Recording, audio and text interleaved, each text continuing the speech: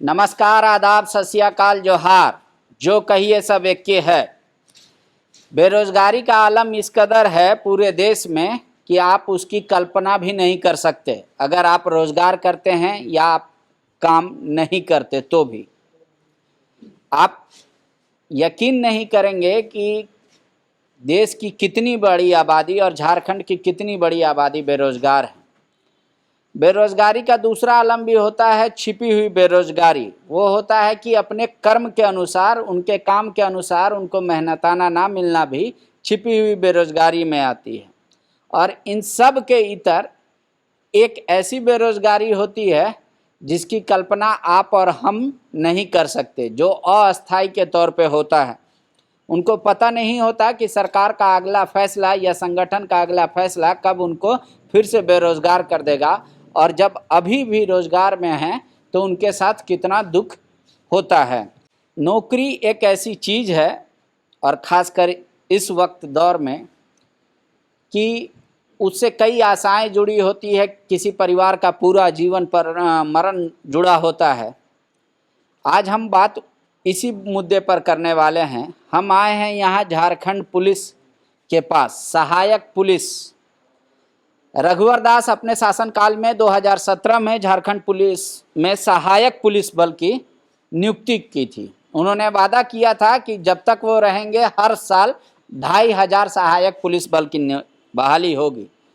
कई बार ये चर्चा में आया कि इनके साथ ये शर्त था कि 3 साल की नौकरी करने के बाद इनको परमानेंट कर दिया जाएगा। उस बात में कितनी सच्चाई है अभी हम नहीं कह सकते, हम बात करेंगे उस मुद्दे पे। तो सहायक पुलिस से पहले आपको मिलाते हैं। आमतौर पे आपको ये दिखेंगे ट्रैफिक पोस्ट पे, ऑफिस में, कोविड ड्यूटी, और जितना भी जहाँ पे हथियार का ज़रूरत नहीं होता है उसके बिना भी जो पुलिस ड्यूटी में लगी रहती है, वहाँ सब जगह इनका यूज़ किया गया है।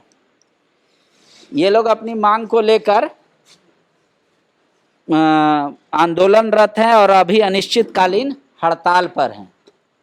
हड़ताल का वजह भी यह है कि इनसे अभी ड्यूटी एक तरह से नहीं ली जा रही है, और इनको पता नहीं है कि इनका भविष्य कहाँ है, क्योंकि इनका कॉन्ट्रैक्ट ख़त्म हो चुका है और राज्य सरकार का क्या कुछ निर्णय है कुछ पता नहीं चल पा रहा है। आप बताइए, आप लोग का पूरा किस्सा क्या हुआ, कैसे हुआ? 2017 में हम लोग का 12 नक्सल प्रभावित 12 जिला जो है झारखंड का, उससे हम लोगों को पूरे 12 जिला में 2500 सहायक पुलिस का बहाली किया गया था। कौन कौन जिला था? 12 जिला में थे। इधर दक्षिणी छोटा नागपुर में लोहरदगा थे, लातेहार, गुमला, खूंटी, सिमडेगा और पलामू, गढ़वा। जितने भी नक्सल प्रभावित जिले जो हैं, जो रिकॉग्नाइज हैं झारखंड में, जितने भी जिले जो नक्सल प्रभावित के अंतर्गत आते हैं, उनमें से 12 जिलों में बहाली की गई थी, कुल 2500 की। और हम लोग जितनी भी क्राइटेरिया होती है एक आरक्षी की, वो हर क्राइटेरिया हम लोगों ने उस समय पूरा किया था। मतलब उतना ही दौड़ा था, उतना ही लॉन्ग जंप, उतना ही हाई जंप, उतना ही मेडिकल, सब कुछ आपका भी हर कुछ हुआ था। एग्ज़ाम हुआ था हम लोग का, शारीरिक परीक्षा हुआ था, मेडिकल टेस्ट हुआ था। और हम लोगों को बहाली करते वक्त ये बोला गया था, हम लोगों के विज्ञापन में भी ये उल्लेख किया हुआ है कि 3 साल के बाद आप लोगों की अस्थायी कर दी जाएगी। लेकिन हम लोग का अगस्त में 3 साल पूरा हो चुका है, लेकिन अभी तक सरकार का जो रवैया है हम लोगों के प्रति एकदम गौन है। तो सरकार तो कह रही है कि पहला तो हम 2 ही साल का इनका नियुक्ति किए थे, 1 साल तो एक्सटेंशन दी। हाँ, तो उसमें किया गया था कि पहला 2 साल का था, उसके बाद 1 साल और एक्सटेंस करके किया गया था। उसके बाद 3 साल में अस्थायी कर दिए जाने का वादा किया गया था तत्कालीन सरकार के द्वारा। तो ये विज्ञापन में लिखा हुआ है स्पष्ट शब्दों में कि आप लोग को अस्थायी करेगा? बिल्कुल, विज्ञापन में स्पष्ट रूप से लिखा हुआ था। अच्छा, अब क्या हो रहा है?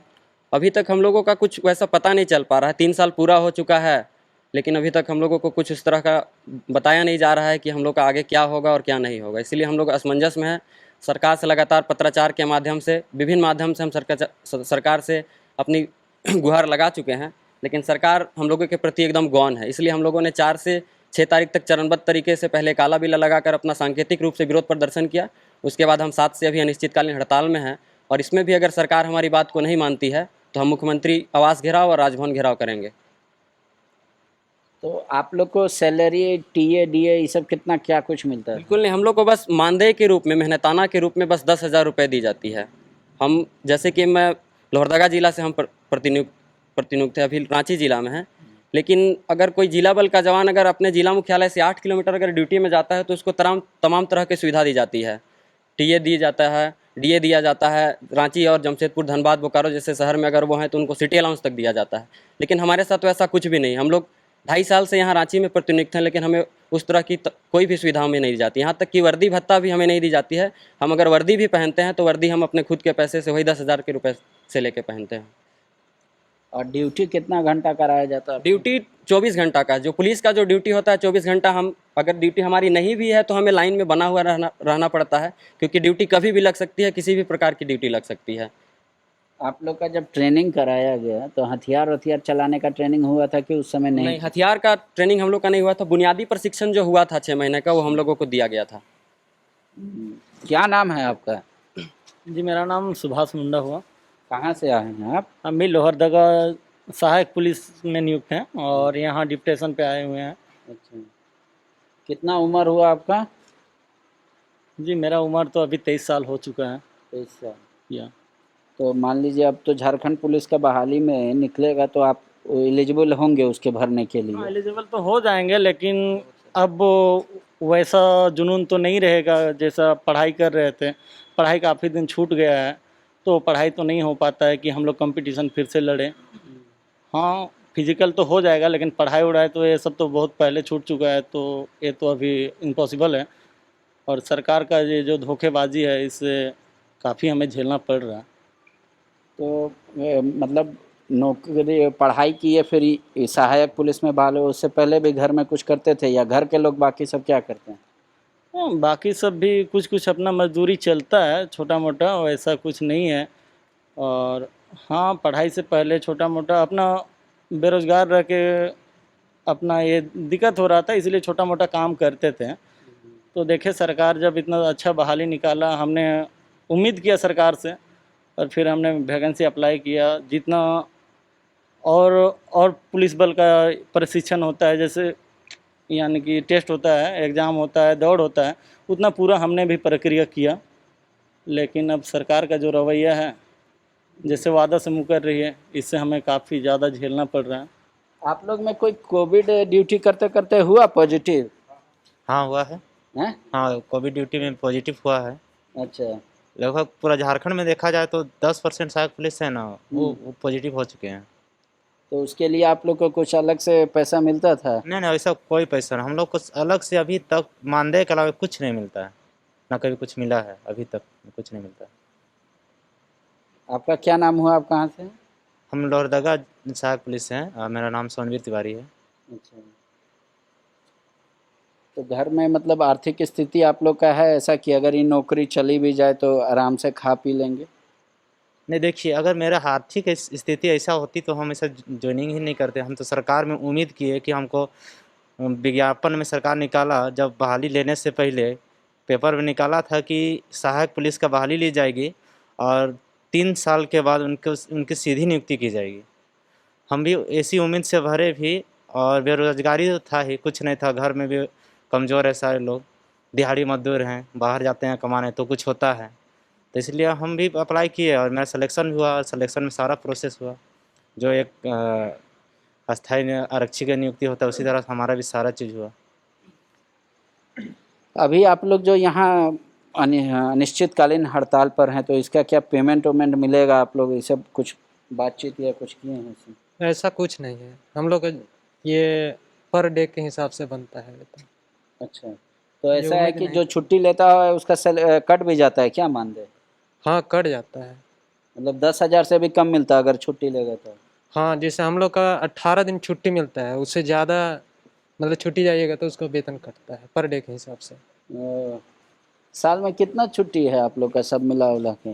सर, वैसे तो छुट्टी का प्रावधान नहीं है, लेकिन सीनियर अधिकारी के अनुसार वो बोले थे शायद हाँ। 18 दिन छुट्टी है। हाँ। लेकिन यहाँ रांची मुरा के तो छुट्टी तो नहीं करता है, लेकिन अन्य जिला में जैसे लोहरदगा में एप्लीकेशन लेके छुट्टी भी जाने से पैसा कटता है। जय दिन आप ड्यूटी कीजिए वही दिन वो उतने ही दिन का पैसा मिलेगा।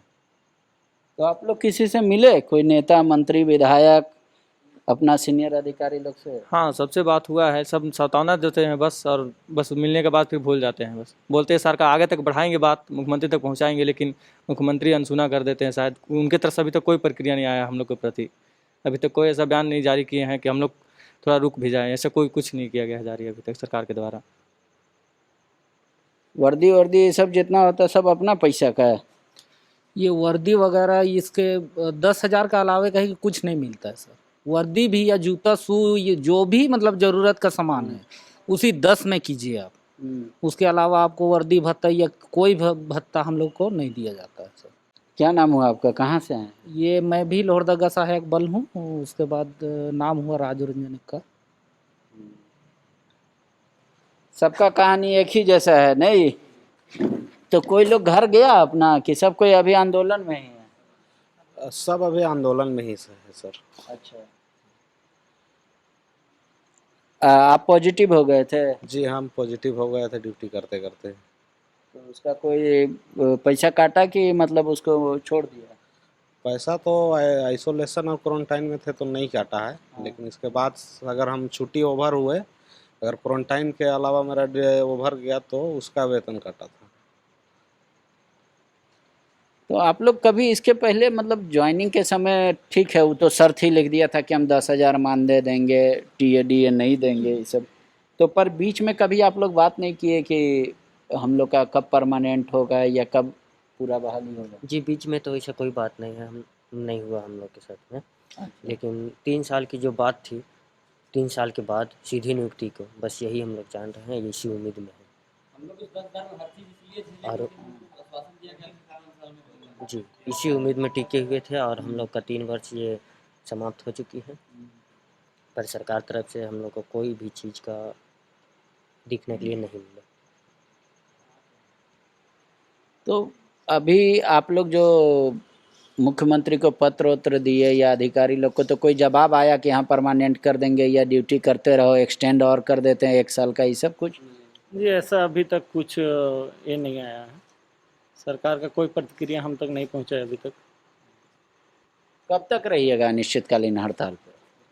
देखिए, हमारा तो कोशिश है कि जब तक हमें संतोषजनक प्रतिक्रिया ना मिले तब तक हमें अनिश्चितकालीन हड़ताल में रहेंगे। तब तो खाना पीना भी अपने से करना पड़ता है, तो सरकार तो सोचेगी कि मान लीजिए कुछ दिन के बाद आप लोग भागना शुरू कर दीजिएगा, क्योंकि अनाज भी ख़त्म हो जाएगा, आप लोग का घर जाना होगा। जी, कोशिश तो करना पड़ेगा किसी तरह से हमें, और भले घर से करना पड़े चाहे जैसे भी करना पड़े, वो तो आप झेलते आए हैं तो अभी भी झेल सकते हैं थोड़ा सा।